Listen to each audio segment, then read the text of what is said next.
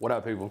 Welcome to this next section. I'm so glad that you guys been enjoying this course and learning like a ton of information. I've been reading all the comments. I haven't had a chance to respond to everybody yet, but trust me, I'm reading it and I will respond and just kind of give you guys some feedback and answer some of your questions. And it's kind of cool because I could get the questions that you guys have and then articulate it and put it into this course to make sure that I add as much value as possible. And sometimes, you know, there's things that I haven't covered in the course or touched on. And I think with you guys putting the comments down, it helps with kind of guiding that to make sure that I add and answer your questions directly. So in this section, I want to talk to you guys about, I guess, one of the most anticipated sections so far, which was how to get celebrity influencers and celebrities to endorse your product and wear your brand. And I think that there's certain tactics that I followed throughout the journey of getting, like, you know, Rick Ross, 50 Cent, Chris Brown, Justin Bieber, like all these different artists to wear our items and work with some of these top companies and stuff like that. And it was just like simple kind of tactics that we applied that I want to kind of share with you, just kind of the mindset that you have to have in going about it, because it's not really what you think it is. A lot of times people think that the main person is going to be the one that puts you on. So meaning, like, you want to go after the artist, you want to go after the celebrity directly. And 9 times out of 10, usually 10 times out of 10, everybody's trying to do the same exact thing. So you have this influx of just attention on this celebrity, and all these people are going after this person and trying to get this person's attention. And so it's going to be very, very hard for you to stand out of that crowd. And so what I think is so important is to kind of take an alternate route. And let me explain. So the first time we got our first A-list celebrity, like one of the top celebrities in the game, to wear our stuff, and we did a full-on collaboration project with them, I kind of want to tell you guys a story of how that all transpired and how we made it happen, and what we learned during the process, and how we were able to take that philosophy and apply it over and over and over and get the same results with different people. And it just kind of happened by accident. It was a weird thing. But so my best friend and I, we had just started our business. We're a couple years in. We're probably like 3 years in. And we decided to go to Vegas for the Magic Trade Show, which is like, basically, if you guys don't know about the Magic Show and Agenda and all those trade shows, you guys should check it out. I'll actually put a link below so you guys could take a look and register. It's a conference that they have every year in Vegas, and basically all the clothing companies come together to show their new lines and the new collections for the next seasons, and buyers from all across the country come and purchase their stuff. Actually, I'll save that for getting into retail stores. And so we were at this trade show in Vegas, and we were sitting at one of the casinos, and we had like this custom outfit that we did. We thought we was fresh. And we were just sitting there talking, and this guy and this girl came up to us, and they commented on like the stuff that we were wearing. And so we exchanged information. He ended up saying that he was a celebrity stylist, or just a stylist at the time, and he was based in LA.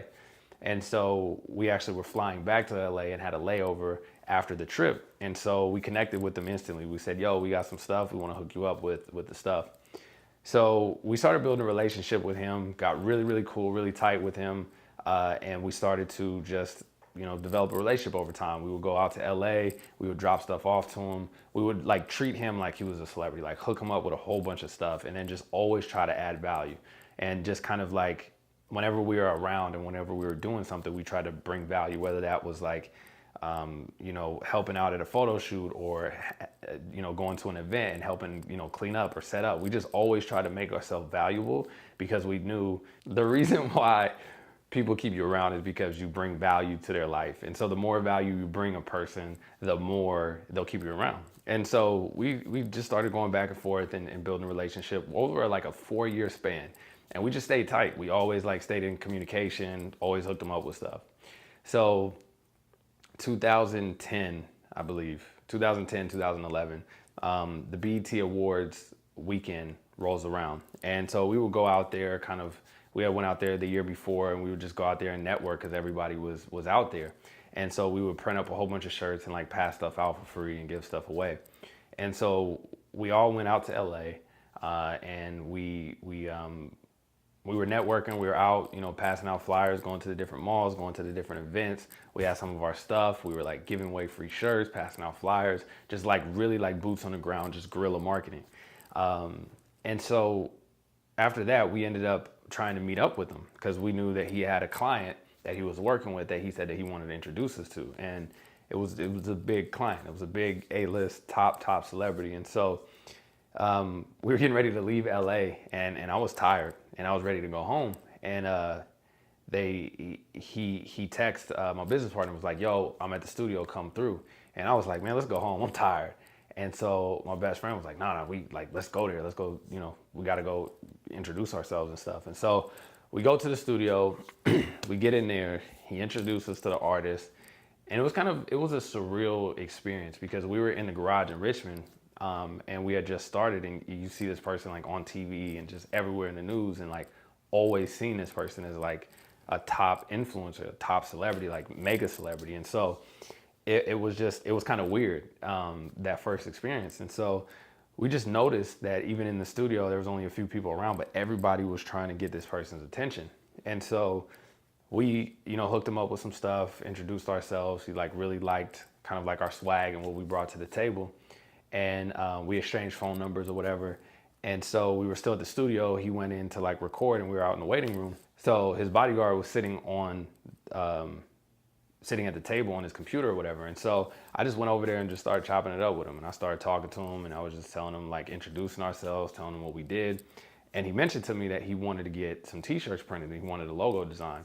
And so I was like, okay, cool. Yeah, we'll hook you up. Like, don't worry about it. And he was like, look, I don't got money, like, bruh, but I was like, don't worry about it. Like, we'll hook you up. Like, you ain't got to pay nothing. And he was like, well, what do you mean? And I was like, don't worry about it. Just send us the concept of what you want, and we'll hook it up. So we ended up like printing all this stuff for him and designing the logos, and just earned his respect. And so what we did was we printed his shirts, and then we added some of our brand in the package that we shipped to him. So not only did he get his shirts, but he got some of our shirts as well. And so it was cool because like when the artist would pop up on TMZ, who would be right next to him? His bodyguard, wearing our shirts. So it was like a big billboard kind of advertising our shirts. And it was genius looking back at it, but at the time we had no idea what we were doing. We just were like, oh, let's just hook them up, like whatever. We're just trying to add value to whoever we can. And so it got to a point where he was inviting us to LA. And so he would like invite us to LA, and we would have they would have these events, the artist would be there, and he would put us right next to the artist. And I think one thing that's very important, that looking back, I don't know if it was a test, I don't know if it was just by chance, whatever. So we went to an event that he invited us to, and it was 5 of us. And so I asked for 5 wristbands. And so he said, okay, no problem. And he gave it to us. And I went and I was like handing it out, and we had 1 extra wristband. So at that point I had a decision. I was like, oh, I could probably sell this. This is like a VIP ticket, and it's in the most like exclusive party in LA and blah, blah, blah. But I was like, nah, that's not operating with integrity. So I went back and I gave him the wristband. I was like, yo, like you gave us 6, like here's an extra one. And I just remember him looking at it. He was just looking at us like people don't do that. Like people would have sold it, or they would have did whatever, like got somebody else in or whatever. And I don't know, I think from that day on, he had a new respect for us. And it's important to be able to earn people's respect. And that's why I want to share this with you, about not just the big picture concept of this, but the little tactical stuff of what we did, that it was just the right thing to do. You know what I mean? Like the right thing to do is always the right thing to do. And so, so we did it, we gave it to him. He put us in front of the artist. He was telling the artist like, yo, you need to check these dudes out. They're doing some dope stuff. And it got to a point where we sitting in the house in Richmond. Mind you, like we're working out of the garage. We're just 2 kids from Richmond with just this idea. And the artist calls my phone. And mind you, before I had been texting him and trying to call him, like no response for like, I don't know, a couple months. And so he's calling my phone, and I'm like, I remember I was actually in the bathroom because I seen it. I was like, dang. I was like, oh, he must be pocket down me, right? And so I picked up the phone. I was like, hello? And he was like, yo, what up? He was like, yo, I'm thinking about this idea. I want to do this collaboration project with you, this, and this. And he just started telling me his ideas. And so I got like a piece of paper. I'm like trying to write it down. I'm like, oh, dang, he really called me. He's like, yo, I'm in the airport right now. He's like, I think we could do this, man. I think like we should do it together. And like, it was a weird experience because he was like telling us like, I think we could do this together. Like, you know, we can make this big. This could be huge. And I just remember writing all the stuff down. And I was like, all right, cool. He was like, yeah, come down to LA when you get the stuff and we'll go over it. And I was like, all right, cool. So we went to work, right? So we started designing the stuff. We started printing the stuff. We started sending them drafts. He liked some of the stuff. So we finally like came up with the design and we printed on a whole bunch of shirts and we drove down to LA and we met him at the studio and we hooked him up with a whole bunch of stuff. And he was excited. Like he ended up posting it like on his Twitter and like tagging us in it.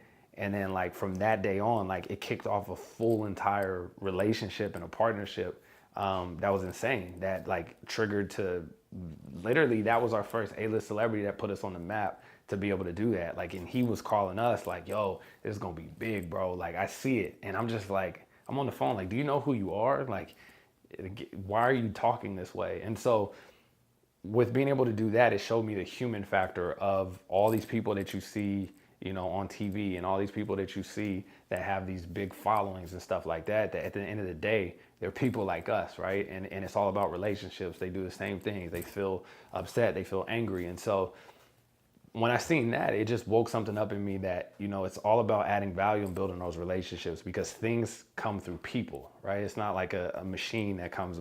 Companies are not like machines, they're people, right? It's a group of people collectively working together. And so looking back at it, and I was like, okay, well, how did all this happen, right? Like, how did this even like start?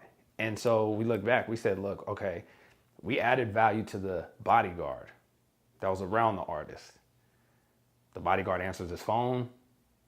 Nobody's trying to get to him. He's gonna call back. People, you know, he's the front person to get to the artist. And so we're like, oh, so we started building a relationship with the people around the artist. And then instead of us having to tell the artist how great we were, somebody close to him, the bodyguard, was telling them for us. Because I know that you guys experienced it where you have like commercials or you see stuff and they tell you how great their product or service is.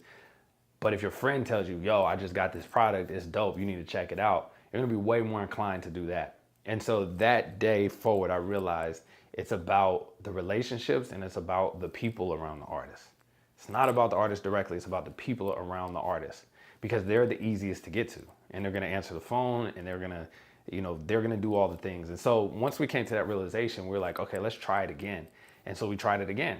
You know, we met another artist, another huge artist, and, you know, we met his manager, his road manager, his whole crew. And so we said, his road manager was like super cool, like real cool dude, like came up, introduced himself. And so I was like, all right, we're gonna build a relationship with him and we're just gonna build like a solid relationship with him and his family. So the family was like on tour and stuff like that with him. And we just stayed true to that. You know, we gave the artist some stuff, the artist ended up wearing it, but we stayed true to who we started a relationship with. And I think that's important, is to not go after the person. And as soon as you get to the artist, you completely leave that other person, because that guy, that road manager, called me on Easter. It was just like the craziest experience. He called me on Easter and was like, yo, Dev, he was like, usually anybody that once I get their product in the artist's hand, like they don't hear from him ever again. And he said, you're the only person that stayed true and did what you said you were gonna do after that happened. And so that is the point. That is the thing that I want you guys to take away. It's not about, you know, you could do the tactical stuff. You could go after the person around the main person that you want to get to, build that relationship, and then just by chance it's going to happen. And just by chance it's going to happen for the artist. But it's about staying true to your word and just being real, like just being honest and authentic. It's not about like going after and taking. It's not about what you can get. It's about what you can give. And once you get into the mindset of like, how can I provide you value? You hold all the leverage. Because as soon as you start asking for favors, you lose leverage. But as soon as you start racking up the favors and you start giving and providing that value, you hold all the cards and you hold all the leverage. And people just want to do stuff for you because you're doing so much for them. So that's what I want you guys to take away from this. Focus on the people around the main person. Don't focus on the main person. Focus on the people around them, stay true to your word, and add as much value as possible. And I promise you, you guys will see results from this. It's the craziest thing. Like it's insane on how that works and how it's worked over and over and over and over and over. And so that's where I want you guys to take from this. So once you have the product, once you understand your why, once you understand the people that align with your product, and you understand the people that that fit the mission for your product, because you can't just go after somebody because they have a big following. If you go after somebody that has a big following, but their audience does not align with your products or not interested in your services, it doesn't make any sense. There's no connection between that. So once you understand your why, and that's why I started this whole section with understanding your why, because once you understand your why, you can use that as your North Star. You know that this is where the guidance is. This is the partnerships I should get into. Does this fit my why? This is the celebrity endorsements I could get. Does this fit my why? Does this person fit why I'm doing what I'm doing? And so that's why I wanted to kind of like break it down. And that's why I chose to break it down in these sections, and then have it all analyzed out for you guys of like what to do step by step. But this part, I'm telling you, once you get all the product together and you get all that stuff together, this is a big part of a big piece of the puzzle that I think will help you guys connect the dots to be able to align partnerships. And it's not just celebrities. You know, sometimes you can get a celebrity to wear stuff and it takes off, but it's not about that. You should focus on long-term partnerships. It's not about a quick flip. You know what I mean? If you guys are in this for a quick flip, you know, it's not going to work. You know, it's not, you might make a little bit of money, but it's not, there's no longevity in it. You have to be in this for longevity. I remember my mentor telling me, like, are you willing to go through 10 years of hell to after the 10th year live like a king? I was like, let's do it. And he was not lying. I had to go through hell. Like, I had to go through hell to get here. You know what I mean? And I'm saying that I'm not anybody special. Like, you guys can do it as well. You just have to be willing to put in the work, and you just can't give up. That's literally the only thing that separates people from that win and that lose. The people that win, they just never gave up. Like, how are you going to lose if you don't give up? So that's what I want to leave you guys with. I hope this section in this video, I know it's kind of long, but I really, really wanted to articulate this point and use the story to showcase what we did for that. And I'm excited to see your guys' results. Like, I really want to see your guys' results with this tactic, because I think it will really work for you guys. So I will see you on the next section. Peace.